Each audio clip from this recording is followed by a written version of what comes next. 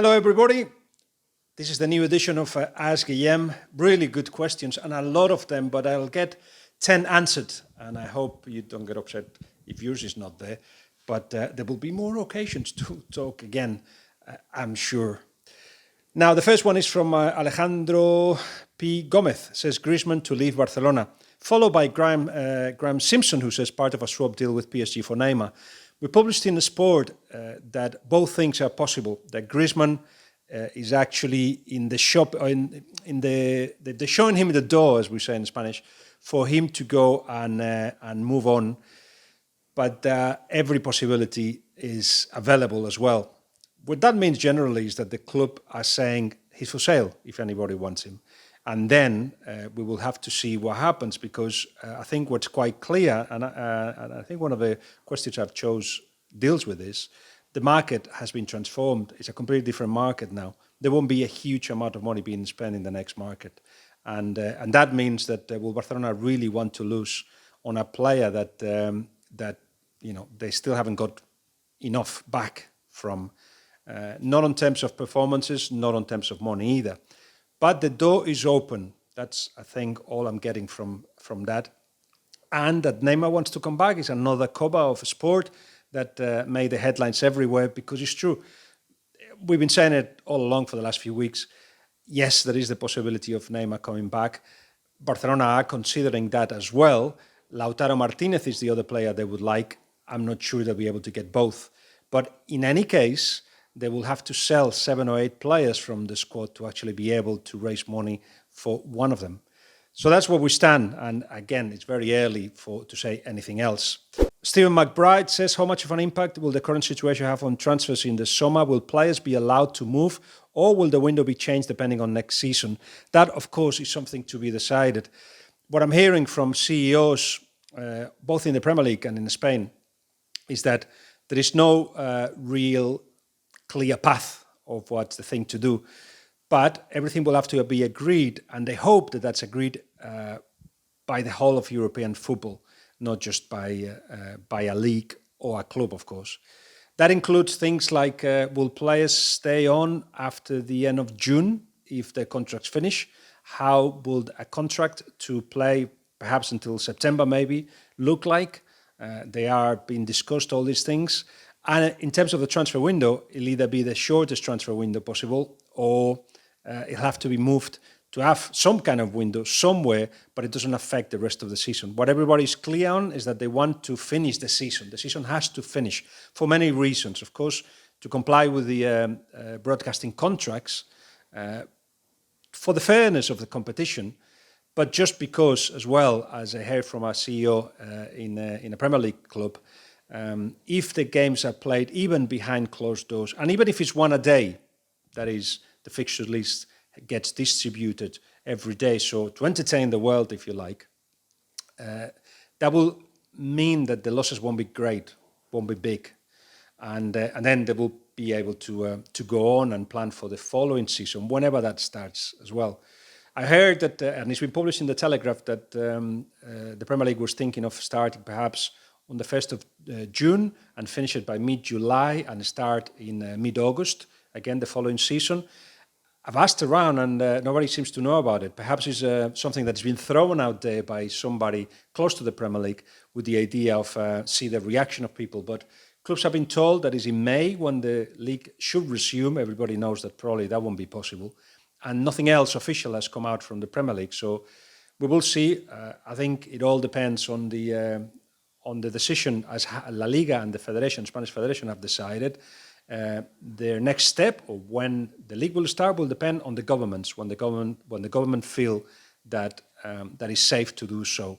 At the moment, the Premier League still putting dates. The first one is unrealistic. It won't start in May, and then we'll have to see what else happens. But as I said, the Federation and the Spanish League have decided not to put any more dates and leave that decision to the government. What else have we got from Football Index? It is posted on your other post asking about your thoughts on Aleña's future at Barca. Barcelona want him back. The latest I heard is that Barcelona want everything to continue as this season. That is, Quique Setién to be in charge and take over the rest, the team for the rest of the season, and then they are working already on what happens next for next season. And I already mentioned about Neymar, about Griezmann, but Aleñá is somebody that Quique Setién wants back in the side. He's only played half of the minutes that he had at Betis, so he hasn't really fully taken advantage of his situation. But it is the kind of player that they would like to come back to make the squad stronger. Rakitic, by the way, is wanted by Sevilla, and it's something that Sevilla is cooking very slowly with the idea that eventually convincing Barcelona not having to pay, I think it's about 20 million euros for him, which is a figure that doesn't seem to me a lot, but Sevilla, what they're trying to do, that's a figure that Barcelona will put for his departure. But Sevilla think they would like to get him even for cheaper. And I think it's something that may happen. As you know, Rakitic's wife is from Sevilla, and he loved his time at Sevilla, and going back seems like a good idea.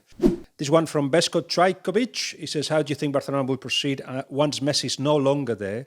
Will they try to produce another superstar and build a team around him? That's not what happened with Messi. Or will they take a system-based approach and aim for team balance as the main objective? They found Messi. But yes, it got to a point, as in, they didn't create Messi. He was in Argentina, came over, and Messi for me is like a rock down a mountain. He's unstoppable. So wherever he went, and he started jumping ages, and he will be two years ahead of his own age. Wherever he went, he shocked everybody, and they allowed him to walk into the team and to be the star of that team. It wasn't so much that they were kind of molding him to become a first-team player. They just were shocked by the quality of Messi. And yes, once he got to 21 and Pep Guardiola arrived into the side, that is when Messi actually became the whole team worked around Messi and was built around Messi. Even though along the way they made the mistake, for instance, of bringing Ibrahimovic, thinking that he could work with Leo, and he couldn't, because Ibrahimovic didn't want to mold himself to what was demanded of the side at that time. We can talk about all of it if you want at some other point. But there is a plan. It depends who will be the leader of that plan. So Bartomeu, the president of Barcelona, would like to continue this idea of bringing some of the former Barcelona players to the club. They tried it with Xavi, it didn't work. I think that bridge is broken at the moment. There's a lack of trust between both sides. Once when they tried to get rid of Valverde, they approached Xavi, and what came out from those two meetings were two completely different stories depending which side you ask. So the trust is broken there. But the idea was always to bring him back, to bring Pep Guardiola back, to bring Puyol into the team, but Puyol said no to being director of football. That was what Bartomeu wanted to do, to actually start a post-Messi plan. And at the moment, it hasn't come off. The intention will be, of course, to create a strong team, hence the arrival of Neymar. But if he's one of the candidates to the elections that should happen, would think in 2021, say Victor Font, for instance, he has his own ideas of what to do after Messi. But in terms of who is in charge, I've just told you the main plans.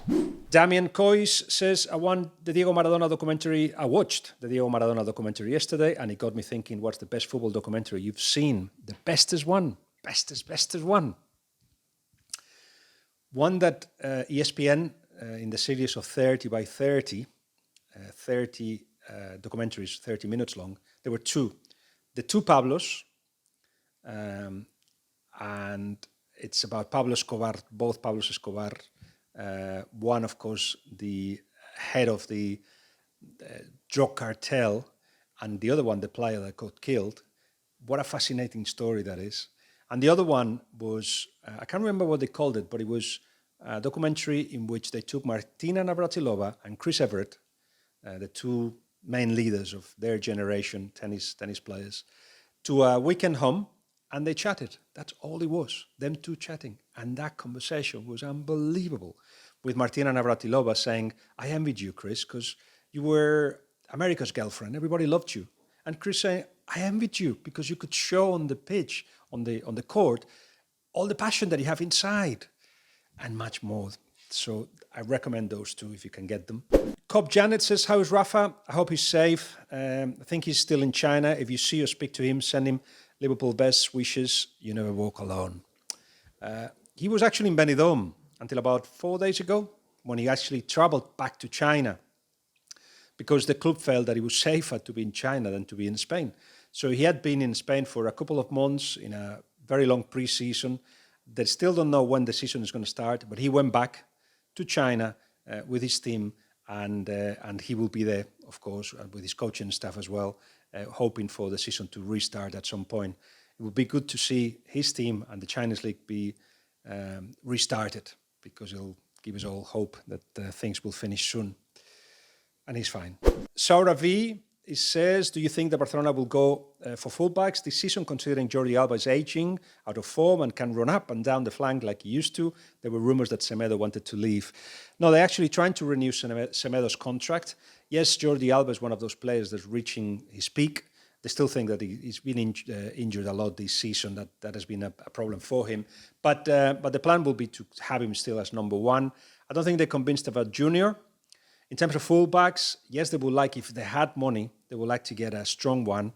Emerson, who's at Betis on loan from Barcelona, may return, but he's a right back. So the idea is, yes, to get perhaps another left back. But the priority really is to convince Neymar, sell one of the big stars, and get a player per position. They've got with Trincao, which we're going to mention in a minute, a winger. They want a midfielder, they want a centre-back, and perhaps a full-back as well. And a centre-forward, because, of course, Luis Suarez will be fit for when the league restarts, but they need a replacement as well. And the 10 books. I made a list. This is a suggestion by Clay DeVoe, and this is my list. Just briefly. But you can go back, rewind, and get the name of the book that I mentioned. But Andre Agassi's autobiography, Open, is absolutely fantastic. For somebody that didn't enjoy what he was doing, that hated sometimes at some point playing tennis, tells you why as well. And it has to do with his relationship with his dad. Very, very open, as the book is, account of a man at the elite. Tony Cascarino, full-time, what a story, and how well he explains it. Funny account of him, especially at the end of his career. And I remember stories like him telling that when he came out of bed in the mornings, right at the end of his career, he couldn't walk for like an hour. He'd just be on the floor trying to stretch because he was unable to walk, imagine. And that's because of the kind of work that he had to put in as a player for all these years. I felt that Gianluca Vialli and Gabriele Marcotti, my friend, did a magnificent job with the Italian Job. The problem is I don't think it's on ebook, but you could ask Gab about that. And it was a comparison between the Italian league and the English league. And you learn a lot about English league and the Italian league as well, and how they got to where they got to. It's an old book, but it was an interesting approach to that idea of getting to see what you can get from both footballs to actually apply it in your own. Raphael Honigstein, Das Reboot, how German soccer reinvented itself and changed the world. The name says it all. A really, really good read. Nick Hornby, Fever Pitch, of course, the recounts of what it is or what it was to be an Arsenal fan at that time. You fell in love with Arsenal. You cannot stop it. But the book is absolutely magnificent. It reads so well. Phil Ball did a great job with Morbo, which was a story with different chapters of the history of Spanish football, from a political, sociological, and football point of view as well, but in a funny way. Phil Ball is a great writer. I had to choose one of the many Jonathan Wilson books. The History of Football Tactics, of course, is a reference for everybody that is related to football, including managers. Eduardo Galeano, Football in Sun and Shadow. I don't know the translation, but in Spanish it's a wonderful, wonderful book. The usage of imagery, the words, the way he puts things together. I hope in English it translates well. Of course, from Ronald Reng, Life Too Short. From, you must remember Robert Enke, the goalkeeper who ended up killing himself. What a story. And how hard depression can hurt you. And of course, in an environment like football where you cannot show any weaknesses, it's difficult, in this case, impossible to show them and to be helped. Finally, Joey Barton, No Nonsense, written with Michael Colvin. And again, he's my friend, and I know what he's like, and I saw and heard him talk in that book for a completely different approach on what football can do for you and what you can do for football. Joey Barton is the book. I hope you enjoyed it. That's it for now. There'll be another one next week, and we can talk about anything else. Maybe I don't know, next movies or more on the books. Perhaps I could tell you some stories of the books I've written. We will see. Whatever you ask me to do, I'll do. That will be on Ask Guillem next week for a sport. See you later.